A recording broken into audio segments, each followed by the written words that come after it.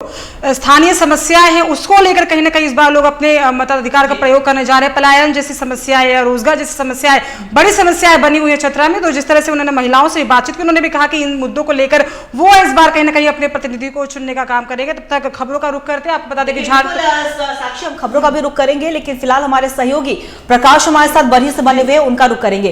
प्रकाश, देखिए तमाम जो तस्वीरें सामने आया, बरकट्ठा में भी बने हुए थे, वहां की भी आपने तस्वीरें साझा किया और बरही आप पहुंचे हुए हैं। बरही के क्या कुछ तस्वीरें, क्या जो उत्साह जो सुबह से लगातार वो नजर आ रहा है, क्या वो उत्साह बरकरार है लोकतंत्र के महापर्व के इस त्योहार में?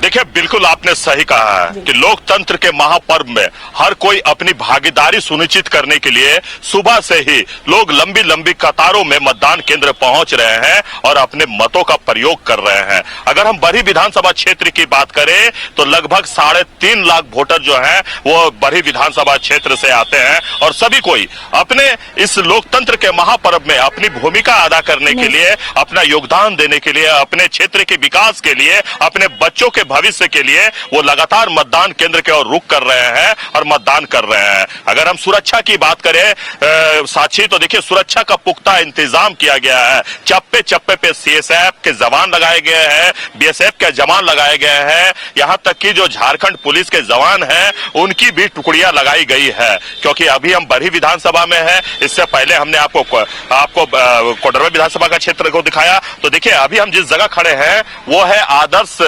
मतदान केंद्र, जो बालिका उच्च विद्यालय बरही है उसे आदर्श मतदाता केंद्र बनाया गया है। और सबसे पहला स्लोगन जो उस बोर्ड में लिखा हुआ है कि सारे काम को छोड़ दे, सबका सबसे पहले वोट दे। मतलब सारे काम काज को छोड़कर आप पहले मतदान करें और मतदान करने के बाद ही आप कोई कार्य करें। क्योंकि ऐसे भी कहा जाता है कि पहले जलपान करें, पहले वोटिंग करें, इसके बाद जलपान करें। तो काफी संख्या में यहाँ भी आपको वोटर दिख जाएगा। और अगर हम सुरक्षा की बात करें तो देखिए सुरक्षा का पुख्ता इंतजाम किया गया है। हमने आपसे कहा ना कि यहाँ 4 बूथ बनाए गए हैं, 326, 327, 328 और 329। और आप देख सकते हैं कि उन सभी बूथों पर लंबी लंबी कतारें जो है वो लगी हुई है। 11:30 बजे का समय हो चुका है, 11:30 बजे का समय हो चुका है, लेकिन मतदाताओं की उत्साह में किसी भी प्रकार की कोई कमी नहीं आई है। लगातार मतदाता जो है वो मतदान केंद्र की ओर रुख कर रहे हैं, अपने परिजन के साथ आ रहे हैं, अपने मित्रों के साथ आ रहे हैं, वोटिंग पॉइंट पर आकर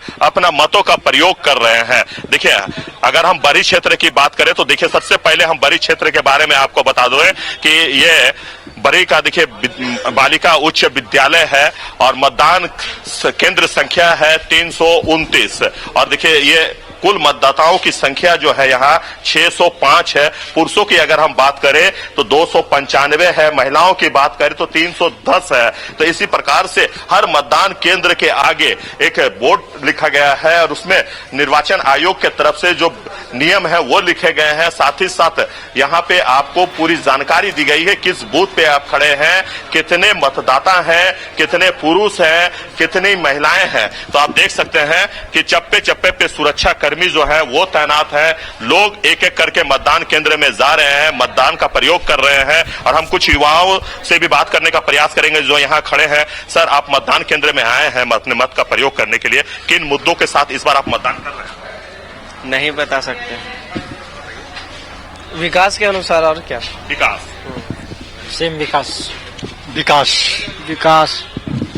तो देखिए जो मतदान केंद्र में मतदान करने के लिए पहुंच रहे हैं उनका एक ही मुद्दा है, विकास। अगर विकास की बात करें तो चाहे वो बरही विधानसभा हो, चाहे अन्य विधानसभा हो, जहां भी आप जाएंगे लोगों के जहन में सिर्फ एक ही बात है, विकास। विकास कैसे हो, विकास कौन करेगा, ये तो आने वाला वक्त बताएगा कौन जीत कर आता है, कौन किसकी पल्ला भारी रहता है। लेकिन बरही विधानसभा क्षेत्र की अगर हम बात करें तो 3.5 लाख से अधिक यहाँ वोटर हैं। और ये देखिए बूथ संख्या मैं आपको बता दूं कि ये बूथ संख्या 327 है। और सर थोड़ा सा आप किनारे हो जाएं, ये देखिए बूथ संख्या 327 है और कुल मतदाता जो है इस बूथ के 995 है। अगर हम पुरुषों की बात करें तो पुरुषों की संख्या 501 है, महिलाओं की अगर हम बात करें तो 494 है। तो देखिए इसी प्रकार से जो भी बूथ बनाए गए हैं उनके सामने उनका पूरा डिटेल दिया गया है कि कितने प्रत्याशी, कितने इस बार वोटर हैं, कितने मतदाता पुरुष हैं, कितने महिला मतदाता हैं। तो सारी जानकारी जो है वो चुनाव आयोग के तरफ से दिया गया है।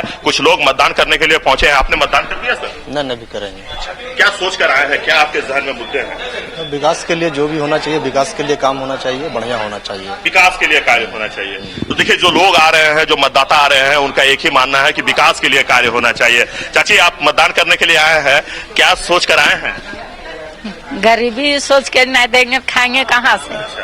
गरीबी भी है, हाँ, महंगाई बहुत है। हाँ, गरीबी में आए हैं हम लोग के, खाना कपड़ा कमी है।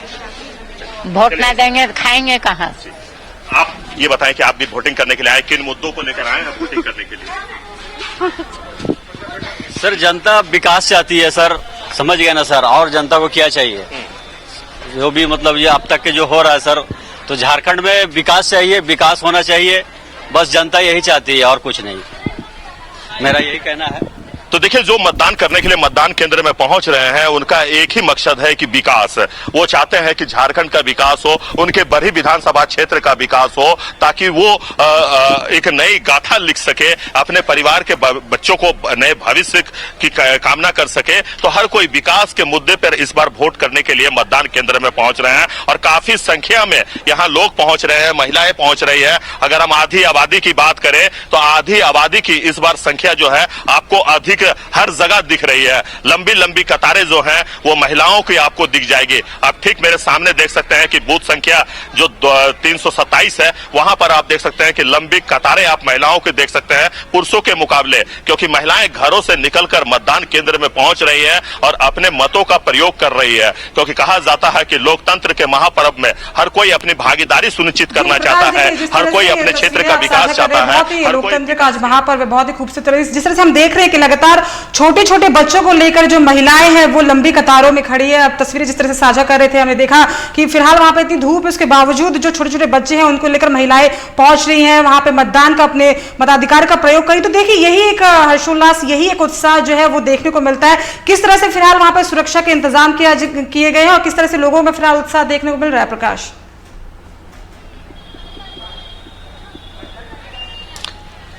देखिए, अगर हम सुरक्षा की बात करें तो सुरक्षा का पुख्ता इंतजाम किया गया है। अभी हम बालिका उच्च विद्यालय बरही में हैं और आप यहां देख सकते हैं कि सुरक्षा का पुख्ता इंतजाम किया गया है। न केवल सीएसएफ के जवान लगाए गए हैं, बल्कि बीएसएफ के भी जवान जो हैं यहां तैनात है और साथ ही साथ जिला पुलिस की जो टीम है, बल है, वो भी तैनात है। तो 3 लेयर में आप कह सकते हैं कि सुरक्षा व्यवस्था का यहाँ पे रखा गया है। किसी भी बूथ पर किसी भी प्रकार का अप्रिय घटना ना हो, इसके लिए मजिस्ट्रेट की भी यहाँ पे डिपोट की गई है। और यहाँ पर आप देख सकते हैं, क्योंकि इसे आदर्श बूथ का नाम दिया गया है और आदर्श बूथ के बारे में कहा जाता है कि जो भी वोटर यहाँ वोट करने के लिए आते हैं उन्हें किसी भी प्रकार की कोई तकलीफ नहीं होती है। उनके लिए पानी की व्यवस्था की जाती है। जो बुजुर्ग महिलाएं हैं, बुजुर्ग लोग हैं जो मतदान करने के लिए पहुंचते हैं, उनके लिए व्हीलचेयर की यहाँ व्यवस्था की जाती है। साथ ही साथ कुर्सियों की व्यवस्था की जाती है, क्योंकि आदर्श बूथ के बारे में यही कहा जाता है कि जब आप इस बूथ के अंदर आएंगे तो आपको लगेगा कि आप किसी पार्टी में आए हैं,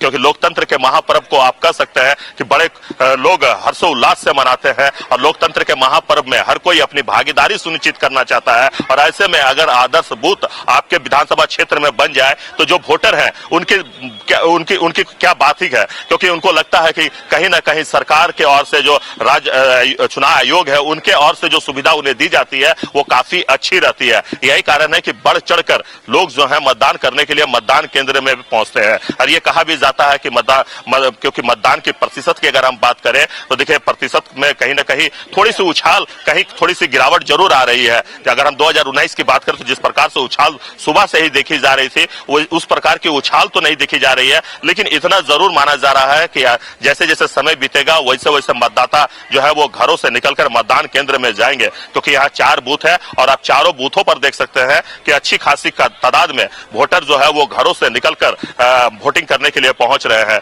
क्योंकि 11:30 बजे का समय है और मैं आपको बता दूं कि ये शहरी क्षेत्र है, बरही का बाजार जो है वो उसी जगह ये विद्यालय है और उसी विद्यालय में ये 4 बूथ बनाए गए हैं, आदर्श बूथ बनाए गए हैं। तो लोग यहाँ आ रहे हैं, मतदान करने के लिए आ रहे हैं और विकास को लेकर इस बार मतदान करने के लिए लोग पहुंच रहे हैं। हर कोई यही चाहता है कि हमारे क्षेत्र का विकास हो, हमारे जो विधानसभा क्षेत्र है उसका विकास हो। जी साक्षी,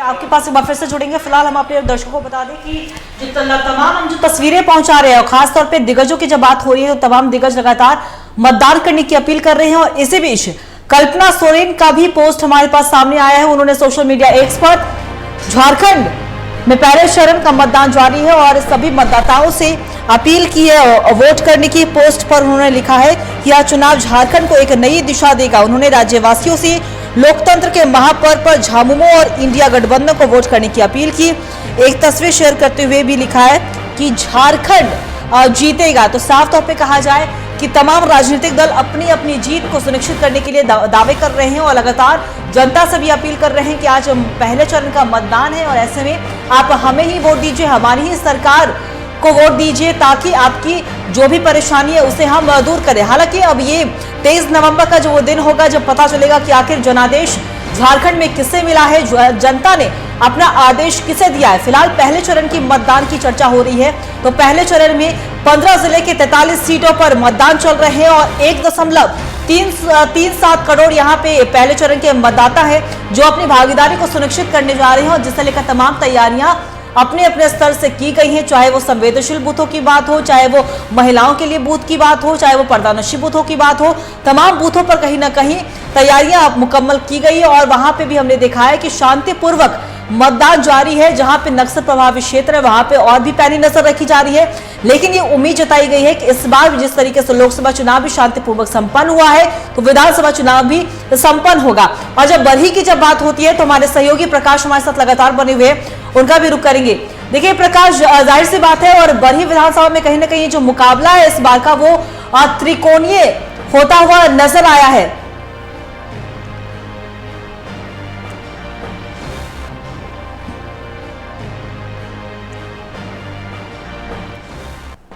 हमारा संपर्क हमारे सहयोगी प्रकाश से टूट गया, फिर से उनसे जरूर जुड़ने की कोशिश करेंगे। तो साफ तौर पे कहा जाए कि विधानसभा चुनाव चल रहे हैं।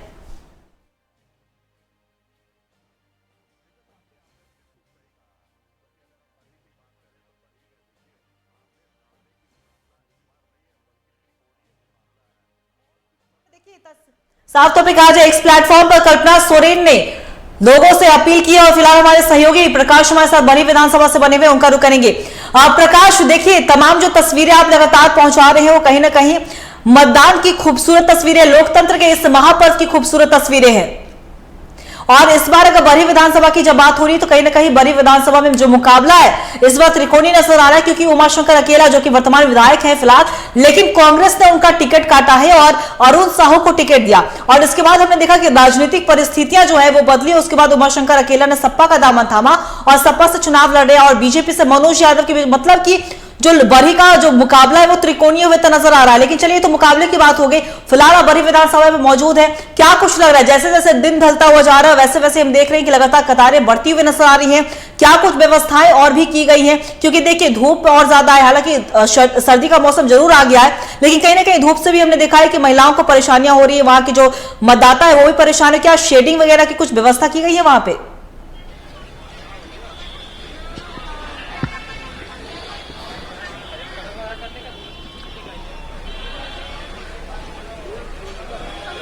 देखिए, अगर हम बरही विधानसभा क्षेत्र की बात करें तो यहाँ पर आमने सामने की मुकाबला इस बार आप नहीं कर सकते हैं। इस बार त्रिकोणीय मुकाबला आप इसे कर सकते हैं क्योंकि एक और जहाँ मनोज यादव है, उमेश अकेला है, तो वहीं पर जो और भी प्रत्याशी है उनके बीच में सीधी टक्कर आपको देखने को मिलेगा। और यही कारण है कि इस बार आम जनता में भी काफी उत्साह देखा जा रहा है। यही कारण है कि सुबह से ही मतदान केंद्र में आकर लोग मतदान कर रहे हैं। मतदाता जो है वो घरों से निकल रहे हैं क्योंकि मैंने आपसे पहले ही कहा कि परसेंटेज की अगर हम बात करें तो हो सकता है कि परसेंटेज में थोड़ी उतार चढ़ाव जरूर अभी सामने आ रहा है, लेकिन आने वाला जो समय आएगा, जैसे जैसे समय बीतेगा, शाम का समय जैसे ही अंतिम चरण आएगा उस समय मान लीजिए कि आप यकीन करिए कि कहीं ना कहीं परसेंटेज में भी इस बार बढ़ोतरी होगी। अब देखना है कि जनता किसके और रुख करती है, लेकिन इतना जरूर है कि इस बार त्रिकोणीय मुकाबला आपको बरही विधानसभा क्षेत्र में देखने को मिलेगा, क्योंकि मतदाताओं से अगर हमने जब बात किया तो उनका साफ तौर पे कहना है कि हम विकास के मुद्दे पर इस बार घर से निकलकर मतदान केंद्र पे पहुंच रहे हैं अपने मत का प्रयोग करने के लिए। जो युवा वर्ग है वो भी विकास चाहते हैं, वो अपने भविष्य संवारना चाहते हैं, अपने आने वाले पीढ़ी का भविष्य संवारना चाहते हैं, वो इस विधानसभा क्षेत्र का भविष्य सुधारना चाहते हैं। तो ऐसे में जितने भी मतदाता यहाँ मतदान करने के लिए पहुंच रहे हैं अपने प्रत्याशी के पक्ष पे, वो सिर्फ विकास चाहते हैं। उनका कहना है कि हमारा सिर्फ एक ही एजेंडा है, विकास, विकास और विकास, क्योंकि हर जगह सिर्फ इसी को लेकर इस बार चुनाव मैदान में जो प्रत्याशी आ भी रहे हैं वो भी विकास की ही बात कर रहे हैं। अगर हम जेएमएम की बात कर ले, हम बीजेपी की बात कर ले, जहां जेएमएम की ओर से महिला सम्मान योजना, मैया सम्मान योजना के तहत महिलाओं को 1000 और दिसंबर से 2500 रुपया देने की बात कही गई है। वहीं गोगो दीदी योजना के तहत 2100 रुपया बीजेपी की ओर से देने की बात कही गई है। वहीं अगर हम बात करें अबू आवास जो जेएमएम सरकार की ओर से दिया जा रहा है, वही प्रधानमंत्री आवास योजना बीजेपी की ओर से दिया जा रहा है। तो लगातार आरोप प्रत्यारोप का भी दौर चल रहा है। इस दौरान कई सारे ट्वीट भी जो नेताओं की ओर से किए जा रहे हैं। अगर हम कल्पना सोरेन की बात करें तो उन्होंने भी ट्वीट किया। अगर हम हेमंत सोरेन की बात करें तो उन्होंने भी मतदान को लेकर ट्वीट किया। अगर हम हेमंता बिस्वा शर्मा की बात करें तो उन्होंने भी मतदान को लेकर ट्वीट किया है। सुबह से ही कई सारे, अगर हम शिवराज सिंह चौहान की बात करें तो कई सारे वरिष्ठ नेता जो हैं उनका लगातार ट्वीट जो है इस चुनाव में सामने आ रहे हैं, आरोप भी लगाए जा रहे हैं। साथ ही साथ ये भी कहा जा रहा है कि आप घरों से निकले और अपना मत का प्रयोग करें, क्योंकि एक वोट महाचोट वाला जो स्लोगन है वो इस विधानसभा चुनाव में आपको दिखेगा। क्योंकि एक वोट का महत्व क्या है, एक वोट कितना कीमती है, ये लोगों को समझाने का जिला प्रशासन ने जिस प्रकार से पहल की है, लगातार डोर टू डोर जाकर लोगों को ये जानकारी दी गई कि आप मतदान के दिन अपने घरों से निकले, मतदान करें, क्योंकि मतदान आपका अधिकार है। अगर आप मतदान करते हैं तो आप सही व्यक्ति को चुन सकते हैं। तो आप घरों से निकलकर मतदान केंद्र में पहुंचे और मतदान करें, क्योंकि हम आदर्श प्रकाश देखिए T45 भी लगातार तमाम जो मतदाता है उनसे यही अपील कर रहा है कि वो अपने घरों से बाहर निकले, अपनी भागीदारी को सुनिश्चित करें। फिलहाल आप लगातार बने रहिएगा। हमारे सहयोगी अनुज भी हमारे साथ बड़कागांव विधानसभा से जुड़ चुके हैं, उनका भी रुख करेंगे। अनुज देखिए, तमाम जो तस्वीरें आ रही है लोकतंत्र के महापर्व में, सभी अपनी भागीदारी को सुनिश्चित कर रहे हैं। फिलहाल बड़कागांव विधानसभा में मौजूद है। अभी तक की वहां की तस्वीरें क्या, क्योंकि देखिए 9 बजे